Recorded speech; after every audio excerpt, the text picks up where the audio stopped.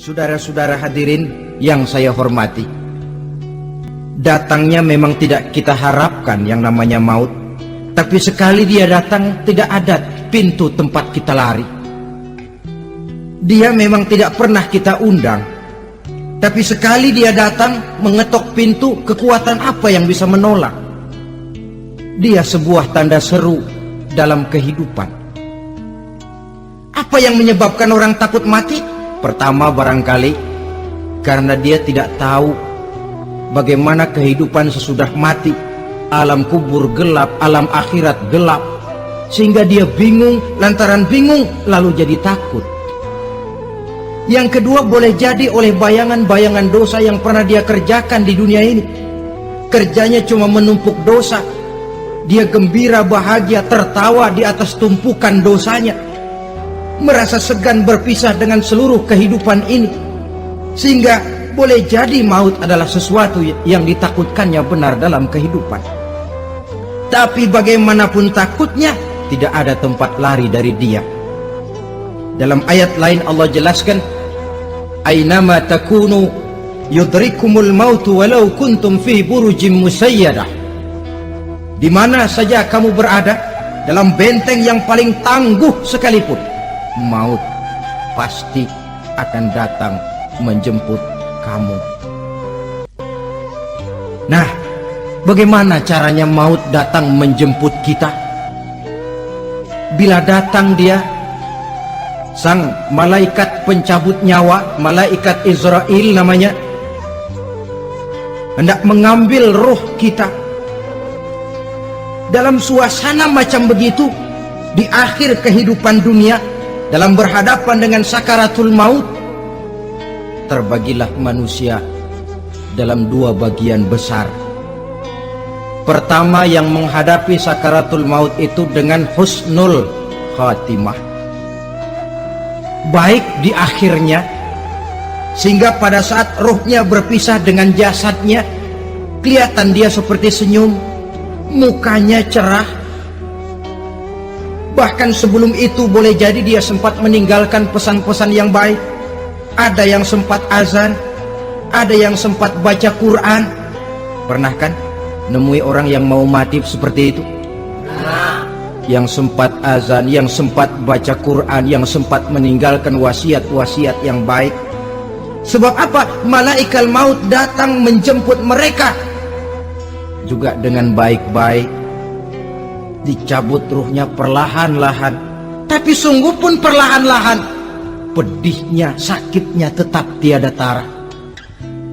Rasulullah Sallallahu Alaihi Wasallam, dikala beliau hendak berhadapan dengan sakaratul maut, diceritakan mencelupkan tangannya ke dalam gelas berisi air, lalu mengusapkannya ke muka beliau seraya berdoa, "Ya Allah, mudahkan saya dalam menghadapi sekarat ini." Beliau juga yang mengatakan bahwa sakitnya sakaratul maut sama dengan 300 kali bacokan pedang. Sehingga kita diajarkan doa. Di antara doa selamat itu kan ada, Allahumma hawwin alaina fi sakaratil, ya Allah, mudahkan saya di dalam menghadapi sakaratul maut itu. Ketika ruh ini keluar dari jasad, mata masih mengikuti ruh itu. Jika kadang-kadang ada yang matanya terbelalak dan tidak sempat ditutup, terbuka terus, mengikuti ruh itu keluar dari jasadnya. Adapun golongan kedua, manusia yang ketika berhadapan dengan sakaratul maut mendapatkan su'ul khatimah, jelek di penghabisannya. Sekaratnya sudah setengah mati, lalu jelek juga di akhirnya, mati dalam keadaan yang tidak baik, tidak terpuji. Ada yang lagi megang kartu, mati. Ada yang lagi di tempat ngadu ayam, mati. Ada yang lagi di tempat pelacuran, mati. Ada yang lagi megang botol minuman keras, mati. Nih barangkali malaikat maut gemes banget nariknya, lu bajingan, lu tarik terus kan. Mati su'ul khatimah. Makanya bagus itu. Kadang-kadang di majelis-majelis taklim kan sering dibaca, ya Allah biha, ya Allah biha, ya Allah bihusnil khatimah. Kan ada itu? Ada enggak? Saudara hadirin, mohon agar oleh Allah kita diberikan husnul khatimah, baik di saat ruh akan berpisah dengan jasad. Ini sesuatu yang pasti. Sang malaikat maut datang menjemput nyawa. Setelah ruh berpisah dari badan, maka tinggallah sang badan, ditangisi oleh semua yang kita tinggalkan.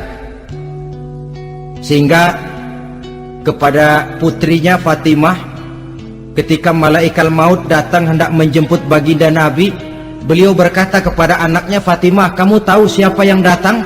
Saya tidak tahu, Bapak. Yang datang hadimul lazat, itu dia yang menghancurkan seluruh kesenangan dunia. Wa qati'us syahwat, yang memisahkan kita dengan seluruh yang kita cintai. Dia malaikat maut, Pak. Manakala jasad sudah ditinggalkan oleh ruh, itulah yang dikerubungi orang. Anak menangis, istri menangis, orang tua bersedih, teman-teman merasa kehilangan, menangisi jasad. Diuruslah jasad kita, dimandikan sebagaimana mestinya, dikafankan dengan kain putih 3 lembar. Itu yang hendak kita bawa kembali ke tempat asal kita. Pakaian sutra, jas yang mereknya Switzerland wool, kain yang Samarinda, sepatu yang Belly atau Beltoni, jam tangan yang Rolex, kendaraan yang serba